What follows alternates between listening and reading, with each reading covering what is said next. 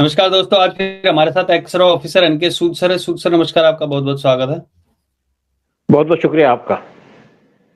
सूद sir, America में सनातनियों का डंका बोल रहा है और बहुत ही महत्वपूर्ण इंपॉर्टेंट जो पद हैं वो दिए जा रहे हैं सनातनियों को। इसी संबंध में अब नया जो एक रोल दिया गया है एक नए सनातनी को, नया तो हमारे लिए लेकिन वो काफी टाइम से ट्रम्प के साथ काम कर रहे काश पटेल। इसके ऊपर हमने लगभग 2 हफ्ते पहले वीडियो भी की थी कि उनको बनाया जा सकता है। अब उनको अनाउंसमेंट भी होगी काश पटेल को एफबीआई का बॉस बनाने की। तो ये भारत को किस तरीके से मदद करेगा इन लोगों का चुना जाना, और क्या बदलाव लेके आएगा ये अमेरिका के लिए भी? देखिए, जो वहां पे सनातनी या हिंदू या प्रो इंडियन लोगों को यूएस के कैबिनेट में ट्रम्प अपने कैबिनेट में लेके आ रहे हैं, इसका इंडिया पे बहुत ज्यादा इंपैक्ट पड़ेगा। काश पटेल की बात हुई। काश पटेल बहुत ज्यादा क्लोज थे डोनाल्ड ट्रम्प के, और उनको बना दिया गया एफबीआई का चीफ। एफबीआई उनकी इंटरनल एजेंसी है, यानी कि जैसे इंडिया के अंदर आईबी है उसी तरीके से यूएस के अंदर एफबीआई है। और ट्रम्प ने काश पटेल को एफबीआई का चीफ बनाया। पहले बात की जा रही थी उनको सीआईए का चीफ बनाएंगे, लेकिन वहां पे कुछ अपोजिशन हो गए होंगे शायद इंटरनल। तो अब काश पटेल को जो एफबीआई का चीफ बनाया गया, उसको ट्रम्प ने खास जॉब दिए वहां पे। ट्रम्प ने उनसे कहा कि यहाँ पे क्लीनिंग की जाए जो इलीगल लोग ठहरे हैं वहां पे। और एक डीप स्टेट है जो गवर्नमेंट विद इन गवर्नमेंट होती है, उस पर बहुत जल्द स्ट्रॉन्ग एक्शन लेंगे ये, क्योंकि ट्रम्प के क्लोज है और बड़े स्ट्रॉन्ग आदमी भी हैं। जैसे वहां पे जॉर्ज सोरोस है, उन पे एक्शन लिया जाएगा, उनको कंट्रोल किया जाएगा। फिर दूसरी बात, जो वहां पे डेमोक्रेट के कुछ लीडर्स हैं जिनकी इलीगल चीजों के अंदर इन्वॉल्वमेंट है, उन पे एक्शन लिया जाएगा। जैसे जो बाइडेन का बेटा जिसके ऊपर करप्शन के चार्ज थे, उस पर लिया जाएगा। और वहां पे जो एंटी इंडिया काम हो रहे थे जैसे खालिस्तानियों के, उसके ऊपर काश पटेल अपनी नकेल कसेंगे। और जो लोग धमकी देते थे इंडिया को, पन्नू जैसे, कि तुम्हारा कभी प्लेन उड़ा देंगे, तुम्हारे यहाँ पे अटैक कर देंगे, उनकी नकेल कस दी जाएगी। या तो उसको अमेरिका से बाहर निकाल दिया जाएगा, या उनका ऐसा इलाज किया जाएगा कि वो खालिस्तान को भूल जाएंगे। तो काश पटेल का बैठना एस एफबीआई चीफ, यानी कि इंटेलिजेंस का चीफ या आईबी का चीफ, बहुत इंपॉर्टेंट है हमारे लिए भी और यूएस के लिए भी।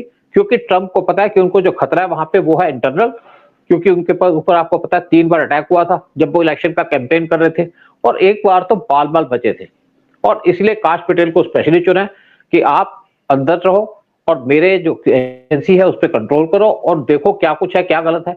तो यहाँ पे जो डीप स्टेट पे काम था, जो डीप स्टेट मतलब गवर्नमेंट विद इन गवर्नमेंट, जो यूएस के अंदर काम कर रही थी, ट्रम्प को भी टारगेट कर रही थी, पीएम मोदी को भी टारगेट कर रही थी। ये डीप स्टेट है जिसने पीएम मोदी को टारगेट करना शुरू किया था पिछले 1 साल से। और ये डीप स्टेट ही है जो इन्वॉल्व थी बांग्लादेश के अंदर गवर्नमेंट चेंज के अंदर। तो काश पटेल को इसका इंचार्ज बनाना बड़ा महत्वपूर्ण है इंडिया के लिए भी।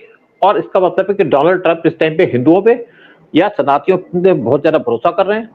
और डोनाल्ड ट्रंप ने यह भी कहा था कि अगर मैं व्हाइट हाउस में आऊंगा तो आप ये सोचिए कि एक हिंदू आपके व्हाइट हाउस में बैठा है। तो ये बात क्लियर होगी कि क्या चाहते हैं। क्योंकि जिस तरीके से कनाडा के अंदर, यूएस के अंदर और पाकिस्तान और बांग्लादेश के अंदर हिंदुओं पर अटैक किए जा रहे थे, ट्रंप ने इसके ऊपर कई बार स्टेटमेंट दी। कुछ उनके मिनिस्टर्स जो हैं उन्होंने भी इसके ऊपर स्टेटमेंट दी जो बनने जा रहे हैं। तो एक बहुत बड़ा रोल दिया गया काश पटेल को।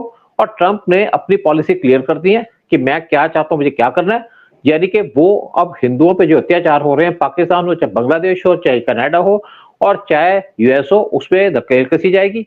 इन्होंने एक तो टैरिफ लगा दिया था कनाडा के ऊपर। अभी कहा जब मैं आऊंगा तो एक टैरिफ के ऊपर एक पेपर साइन करूंगा। और कनाडियन प्राइम मिनिस्टर भागे भागे डोनाल्ड ट्रंप से मिलने आए, बातचीत की, वापस चले गए। लेकिन डोनाल्ड ट्रंप ने टैरिफ के ऊपर कोई बात नहीं की। और अब कनाडा कहता है कि अगर हमारे पे टैरिफ जाएगा लगेगा तो हमारी तो इकोनॉमी ध्वस्त हो जाएगी, हमारा एक्सपोर्ट बंद हो जाएंगे। लेकिन ट्रंप कहता है कि मेरे लिए जो पहली प्रायोरिटी है वो है अमेरिका। तो काश पटेल को एफबीआई का चीफ बनाना बहुत इंपॉर्टेंट है और प्रोमिनेंट है डोनाल्ड ट्रंप के लिए भी और इंडिया के लिए भी।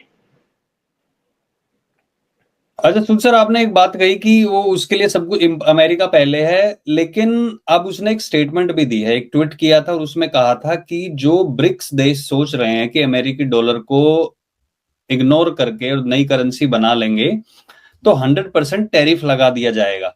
और ये ब्रिक्स में तो भारत भी आता है, चाइना आता है, रूस आता है, अफ्रीका के कुछ देश और भी कई देशों ने आवेदन दिया था कि इसमें शामिल होने के लिए।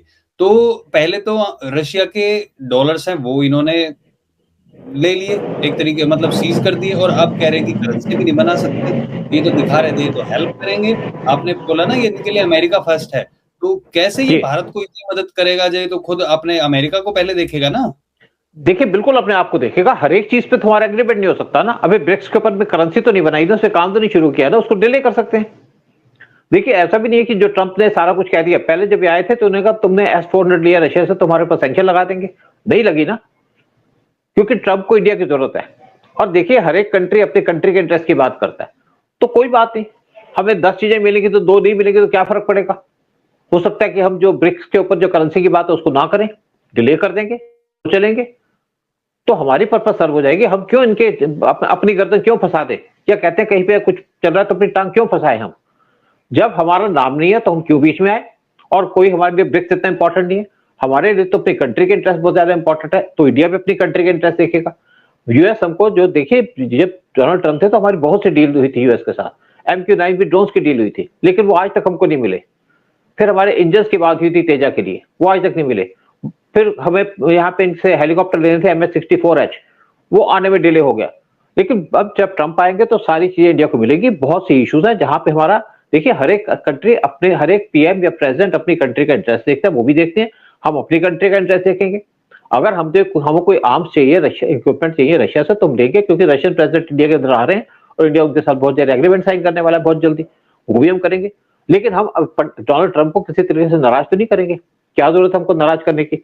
हमारी कंट्री की जो सिक्योरिटी है उस पर यूएस का बड़ा इंपॉर्टेंट रोल है। अगर बांग्लादेश के अंदर यूएस हमको सपोर्ट करता है और शेख हसीना को वापस ले आता है, तो हमें क्या जरूरत है पंगा लेने की। अगर पाकिस्तान के ऊपर सैंक्शन लगा देता है, पाकिस्तान को तोड़ देता है, तो हमें क्या जरूरत है, हमें POK मिल जाएगा। तो देखिए, कुछ लेना कुछ देना चलता रहता है। हर एक की, इवन हस्बैंड वाइफ की सारी बातें तो नहीं आपस में मिलती, किसी की कोई प्रायोरिटी होती है, किसी की कोई होती है। तो इसी तरीके से अगर ट्रंप की कोई प्रायोरिटी है तो हमें उसको ख्याल रखना पड़ेगा।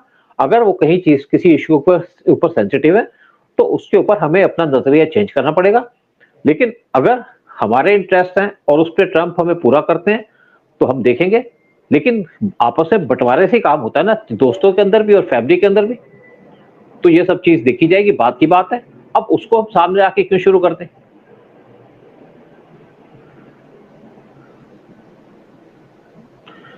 मतलब मेन तो वही है ना कि एक तरीके से साथ मिलकर काम करना। और आपने सही कहा कि सबसे इंपॉर्टेंट इशू क्या है, भारत को नई करेंसी बनाने से ज्यादा इंपॉर्टेंट होगा अपने देश की सुरक्षा, जो कि बांग्लादेश और पाकिस्तान की तरफ से अभी खतरा बना हुआ है। पाकिस्तान से अब POK लेना बिल्कुल है, वहां से आतंकवादी घटनाएं रोकनी है, और बांग्लादेश जो अभी वहां पे नई हुकूमत जो उन्होंने शुरू की है और वहां पे हिंदुओं को मारा जा रहा है, वो बंद हो जाए और उसको काट के देश। बिल्कुल सही कहा आपने, प्रायोरिटीज पहले देखी जाएंगी। और ये तो इसलिए किया जा रहा था क्योंकि अमेरिका दादागिरी कर रहा था, तो इसलिए तो करेंसी बनाने की बात चल रही थी। जब जी। अमेरिका साथ देगा तो फिर अभी डिले किया जा सकता है। अच्छा, अब आप देखिए इनके कैबिनेट के दूसरे लोग, तुलसी कबाड़, शायद वीडियो में भी हमारे पास तुलसी कबाड़ की। आप प्लीज इन लोगों की तो भी बताइए। हाँ। हम्म। तुलसी कबाड़ एक सनातनी है, यूएस की नेशनल है, उनका कोई इंडिया से कनेक्ट नहीं है, लेकिन उनकी मदर ने हिंदुइज्म अडॉप्ट कर लिया था, यानी कि सनातन धर्म को अडॉप्ट कर लिया था। उनके बाद में हस्बैंड ने भी कर लिया, और तुलसी कबाड़ और उनके 4 जो दूसरे भाई बहन हैं उन्होंने भी कर लिया था। और तुलसी कबाड़ हिंदुइज्म की बात करती हैं। इनका अगर आप वीडियो देखिए, इस टाइम पे ये जो श्री कृष्ण के भजन गा रही है इस्कॉन के टेम्पल के अंदर जाकर के। और इन्होंने कई बार कहा कि हिंदुओं का मैसेकर हो रहा है बांग्लादेश के अंदर, और इससे पहले पाकिस्तान के अंदर मैसेकर हुआ था 1971 में। 30 लाख हिंदुओं और मुस्लिम का मैसेकर किया था पाकिस्तान की आर्मी ने, और 1 साल तक यही चलता रहा। और ये बनने जा रही है इनकी बहुत क्लोज है ट्रंप के, और ये बनने जा रही है इनके इंटेलिजेंस की चीफ, यानी कि जितनी वहां 17 इंटेलिजेंस की ऑर्गेनाइजेशन है उसका इनको चीफ बनाया जा रहा है। तुलसी कबाड़ अगर रहेंगी तो आप सोचिए क्या होगा। क्या बांग्लादेश के अंदर हिंदुओं को मारना चालू रहेगा? बिल्कुल नहीं। और जो आदमी जिसका इंडियन कनेक्शन नहीं है, कमला हैरिस जो थी डेमोक्रेटिक पार्टी की, उनका इंडियन कनेक्शन था, लेकिन किसी तरीके से वो इंडिया की हेल्प नहीं कर रही थी, इंडिया को टारगेट कर रही थी। लेकिन तुलसी कबाड़ का अप्रोच डिफरेंट है।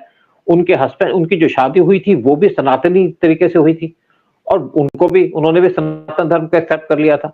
और तुलसी कबाड़ का वहां पे बनना, यानी कि सारी इंटेलिजेंस एजेंसीज का चीफ बनना बहुत इंपॉर्टेंट है हमारे लिए भी और यूएस के लिए भी। और जो इंडियन बैठे हैं दूसरी कंट्री में, चाहे बांग्लादेश हो, चाहे पाकिस्तान हो, यूएस या कनाडा के अंदर हो, तो ये उनके लिए बड़ा इंपॉर्टेंट रोल प्ले कर रही है। और इनकी पीएम मोदी से कई बार मीटिंग हुई है, 2014 में पीएम मोदी से मिली थी, उससे कई बार पीएम मोदी से मिली और इन्होंने पीएम मोदी को अपनी एक गीता की कॉपी भी दी थी। और भगवत की जब इन्होंने पहली बार सेनेटर बनी, पहली हिंदू सेनेटर यूएस के अंदर, जब इन्होंने ओथ ली थी अपनी, तो ली थी गीता के ऊपर। आप समझ सकते हैं इनकी क्या लॉयल्टी है हिंदू धर्म के पीछे, या क्या किस तरीके से हिंदू धर्म को मानती है। इनके साथ साथ विवेक रामास्वामी, जिसकी आप फोटो देख रहे हैं ट्रंप के साथ, ये भी एक हिंदू है, लॉयर है, इनको बड़ा इंपॉर्टेंट पोस्ट देने लगे हैं डोनाल्ड ट्रंप। ये प्रेसिडेंट की पोस्ट के लिए कंटेस्ट किए थे डोनाल्ड ट्रंप के साथ, लेकिन बीच में रेस छोड़ करके चले गए और कहा मैं ट्रंप को सपोर्ट करता हूं, और ट्रंप इनको अपॉइंट करने जा रहे हैं, कोई इंपॉर्टेंट पोस्ट देने जा रहे हैं विवेक रामास्वामी को। तो आप सोचिए कि इससे इंडिया को क्या फायदा होगा। जो लोग अपने को इंडियन कहते हैं वो बात अलग है, लेकिन इनको फॉरेन में लेके लोग ना बहुत ज्यादा जो है वो फॉरेनर बन जाते हैं, इंडिया का सोचते नहीं है। लेकिन आज जो फॉरेन के अंदर ज्यादातर लोग बैठे हैं वो इंडिया की सोचते हैं, इंडिया के बारे में सोचते हैं, और इनकी जो लॉयल्टी है वो यूएस के साथ है, कोई डाउट नहीं है। लेकिन इंडिया तो इनको नहीं तंग करता, इंडिया की तो इंटरफेरेंस नहीं है यूएस के अंदर, तो इनकी लॉयल्टी इंडिया के साथ भी रहेगी, इंडिया के इंटरेस्ट को वॉच करेंगे। और ये इंडिया के लिए बहुत इंपॉर्टेंट बात है कि ये भी वहां पे एक इंपॉर्टेंट पोजीशन होल्ड करेंगे। फिर एक उषा बांस है, उषा बांस है जो इनके वाइस प्रेसिडेंट है, उनकी वाइफ जो सनातनी है और आरएसएस से उनका लिंक भी रहा है, उसको भी को मिनिस्टर बनाने जा रहे हैं डोनाल्ड ट्रंप। उससे भी आप सोचिए कि इंडिया का कितना इंटरेस्ट सर्व होगा। इंडियन है, सनातनी है, हिंदू है, ये आप बात को समझ सकते हैं कि क्या बेनिफिट मिलेगा इंडिया को। साथ में इनके जो कैबिनेट के लोग हैं, जैसे उनके फॉरेन सेक्रेटरी हैं मार्को रूबियो, उनका मैंने एक वीडियो देखा था, यंग है, एग्रेसिव है, और किसी ने उनसे क्वेश्चन पूछा कि हमास के लोगों के साथ साथ वहां पे पैलेस्टीनियन को मारा जा रहा है इजराइल के द्वारा, तो उन्होंने कहा इजराइल रिस्पॉन्सिबल नहीं है इसके लिए हमास रिस्पॉन्सिबल है, क्योंकि पहला अटैक किसने किया? हमास ने। आप लोगों को मारा 1200, किसने मारा? हमास ने। और अगर इजराइल मार रहा है तो हमास सामने से लड़ाई लड़े, क्यों? हमास पब्लिक के पीछे छुप के लड़ाई करता है। तो वहां पे जो लोग मारे जा रहे हैं वो हमास की वजह से है, और हमास को खत्म करना एक यूएस की ड्यूटी है। तो इसका मतलब है कि ये आदमी भी, इनका जो फॉरेन सेक्रेटरी है वो भी इंडिया की पॉलिसी के साथ चलेगा, क्योंकि हम भी यही कहते हैं। उसके साथ साथ और बड़े लोग हैं, जैसे जॉन क्लिफ, उनके नए एनएसए हैं। जॉन क्लिफ की स्टेटमेंट आई, उन्होंने कहा कि हमको इंडिया के साथ मिलकर काम करना पड़ेगा। जॉन क्लिफ इंडिया के फेवरेट हैं, मोदी को बहुत पसंद करते हैं, साथ में चाइना को हेट करते हैं, और यही पॉलिसी है डोनाल्ड ट्रंप की। डोनाल्ड ट्रंप भी कहा था कि Modi is a good man but he is a silent killer, यानी कि किसी को मारना हो तो मोदी बड़े चुपचाप उसको मार देते हैं। ये जो ट्रंप की स्टेटमेंट है बहुत इंपॉर्टेंट मायने रखती है। और इस तरीके से जॉन क्लिफ ने कहा था कि अब इंडिया के साथ गाल से मिलाल, मतलब चीक टू चीक, एक कहते हैं ना हाथ मिला के बात करेंगे, वो कहते हैं हम गाल से गाल मिला के काम करेंगे इंडिया के साथ, यानी कि वेरी वेरी क्लोजली काम करेंगे इंडिया के साथ। और हमको जो अगर चाइना को काउंटर करना है तो हम इंडिया के साथ मिलकर काम करना पड़ेगा। उनका जो मेरे एडवर्सरीज हैं इंडिया के अंदर, एनएसए और उनके फॉरेन सेक्रेटरी, उनके साथ मैं मिलकर काम करूंगा, और चाइना को मैं काउंटर करूंगा, क्योंकि चाइना वर्ल्ड के अंदर पीस डिस्टर्ब कर रहा है। चाइना एग्रेसिवली साउथ चाइना सी के अंदर पूरे सी को क्लेम कर रहा है, तो हमें चाइना को कंट्रोल करना पड़ेगा। और अगर चाइना को कंट्रोल करने के लिए किसी की मदद होगी या कोई काम कर सकता है या हमारी हेल्प कर सकता है, वो है इंडिया। तो आप देखिए कि इनके इतने इंपॉर्टेंट जो लोग हैं वो इंडिया के फेवर कर रहे हैं, यानी कि सीआईए के चीफ, एफबीआई के चीफ, उनके एनएसए, और साथ में जो हेड है उनकी एजेंसीज के तुलसी कबाड़, ये सब इंडिया के फेवरेट है और इंडिया को पसंद करते हैं। तो आप सोचिए कि जो हमारी पॉलिसी क्या है, हम किसी कंट्री के अंदर इन्वॉल्व तो होते नहीं, किसी को हम तंग तो नहीं करते, जो इंडियन फॉरेन के अंदर रहते हैं उनको तो हम कोई परेशान नहीं करते। तो इसका मतलब जो खालिस्तान से प्रॉब्लम हो रही है वो खत्म हो जाएगी, जो पाकिस्तान बार बार कुछ इशू उठाता है वो भी खत्म हो जाएगा, या उसका बैंड बच जाएगा। तुलसी कबाड़ ने एक और बात की थी, उसने कहा पाकिस्तान को यूएस $1.3 बिलियन देता था एड के, और मैंने वो एड बंद कराई। और जो उनके इंटेलिजेंस के चीफ ये बात कहे कि पाकिस्तान ने 1971 में मार्च से लेकर दिसंबर तक 3 मिलियन यानी कि 30 लाख लोगों का मैसेकर किया, और इससे बड़ा कोई षड्यंत्र नहीं हो सकता। फिर पीएम मोदी को प्रेस करती हैं, फिर भगवत गीता के ऊपर कसम खाती हैं, फिर इस्कॉन टेम्पल के अंदर जाकर के भजन गाती हैं, फिर कहती हैं कि जो हिंदुओं के ऊपर अत्याचार है उसको मैं रोकूंगी, मैंने पहले भी रोकने की बात की थी, इनकी बहुत सी स्टेटमेंट आई है। तो बेसिकली क्या है कि यूएस के अंदर जिस टाइप की गवर्नमेंट बनने जा रही है, जिस ट्रंप की जो कैबिनेट होगी, उसके अंदर जितने भी लोग होंगे, जितने भी ज्यादातर लोग हैं, वो सारे के सारे इंडिया से प्यार करते हैं, इंडिया के साथ मिलकर काम करना चाहते हैं, और हटाना चाहते हैं या चैलेंज करना चाहते हैं चाइना को, पाकिस्तान को, और बांग्लादेश के जो प्रेजेंट गवर्नमेंट है उसको, और इसका मतलब है कि इंडिया की सारी प्रॉब्लम काफी हद तक सॉल्व हो जाएगी। मैं ये नहीं कहूंगा कि ट्रंप के आने के साथ ट्रंप पूरे इंडियन हो जाएंगे या इंडिया को सपोर्ट करेंगे। कंट्रीज के अंदर आसपास इश्यूज तो होते हैं, जैसे हस्बैंड वाइफ के अंदर भी डिफरेंसेस होते हैं, वो अलग बात है, बच्चों के साथ भी डिफरेंसेस होते हैं, लेकिन उन डिफरेंसेस को साइड पे रख के हमें आगे बढ़ना पड़ेगा। और ट्रंप की सपोर्ट से जो डीप स्टेट इंडिया को टारगेट कर रही थी, क्योंकि डीप स्टेट एक यूएस को भी टारगेट कर रही है। ट्रंप के ऊपर 3 बार जो अटेम्प्ट हुए गोलियों से मारने की कोशिश की थी, वो डीप स्टेट का काम था। और ट्रंप के ऊपर जो फॉल्स केसेस किए गए कि ये ट्रंप यहाँ पे कॉन्स्टिट्यूशन को एंडेंजर करेंगे, वो भी डीप स्टेट का काम था। और डीप स्टेट ने बहुत प्रोपेगेंडा चलाया था ट्रंप के खिलाफ कि ट्रंप आ जाएंगे तो डेमोक्रेसी खत्म हो जाएगी। और इसी तरीके से इंडिया के अंदर का काम था कि जहां जिसके अंदर Rahul Gandhi main role play कर रहे थे, कॉन्स्टिट्यूशन की किताब लिखा के दिखा रहे थे कि यहाँ पे इंडिया खत्म हो जाएगी, अगर मोदी आएंगे डेमोक्रेसी खत्म हो जाएगी। तो ये सारे के सारे काम है डीप स्टेट के, जिसके लिए उन्होंने काश पटेल को चुना है। और साथ में तुलसी कपाड़ है, वो उनको सपोर्ट करेगी।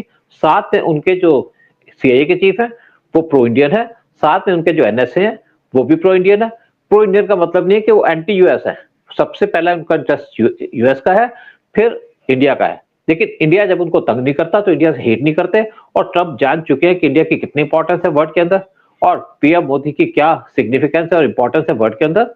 तो अब ट्रंप के आने के बाद जनवरी 2020 में, यानी कि 20 जनवरी 2020 में इंडिया की जो मुश्किलें काफी हद तक सॉल्व हो जाएंगी। और डीप स्टेट जो इंडिया को टारगेट करती है उसी को ट्रंप टारगेट करना चाहते हैं।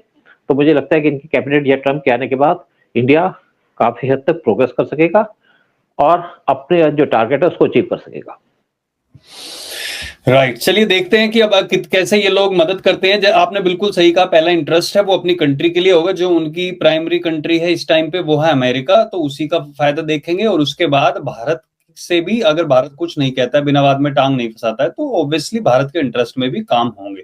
तो देखते हैं कि अब आगे क्या होता है। बहुत बहुत धन्यवाद सूद सर आने के लिए। सभी लोगों से वीडियो शेयर करें। जय हिंद, जय भारत। बहुत बहुत शुक्रिया। मेरा भारत महान।